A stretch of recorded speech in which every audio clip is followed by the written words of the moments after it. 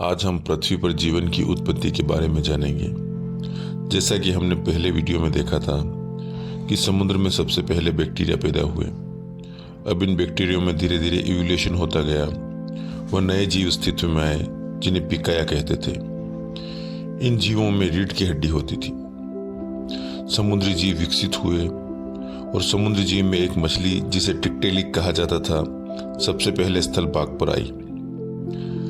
करीब 1.5 करोड़ साल के विकास के बाद यह पूर्ण रूप से जमीन पर रहना सीख गए और इन्हीं से विकसित हुए रेंगने वाले जीव। और रेंगने वाले जीवों के इवोल्यूशन से पैदा हुए डायनासोर, जिन्होंने पृथ्वी पर 11 करोड़ साल तक शासन किया।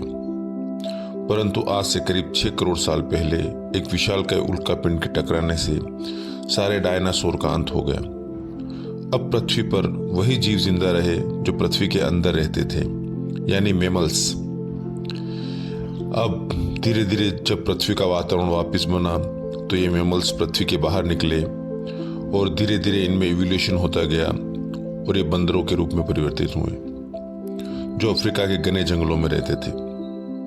परंतु पर्वत निर्माणकारी शक्तियों के कारण ये जंगल रेगिस्तान में बदलने लगे और ये बंदर भोजन की तलाश में इधर उधर घूमने लगे और फिर इन्होंने अपने पैरों पर चलना शुरू किया और अन्य जानवरों का शिकार करने लगे तथा इस शिकार की तलाश में पृथ्वी के अलग अलग भागों में भटकने लगे और इनमें धीरे धीरे इवोल्यूशन होता गया, जिसके कारण से आज हम इंसान के रूप में परिवर्तित हुए।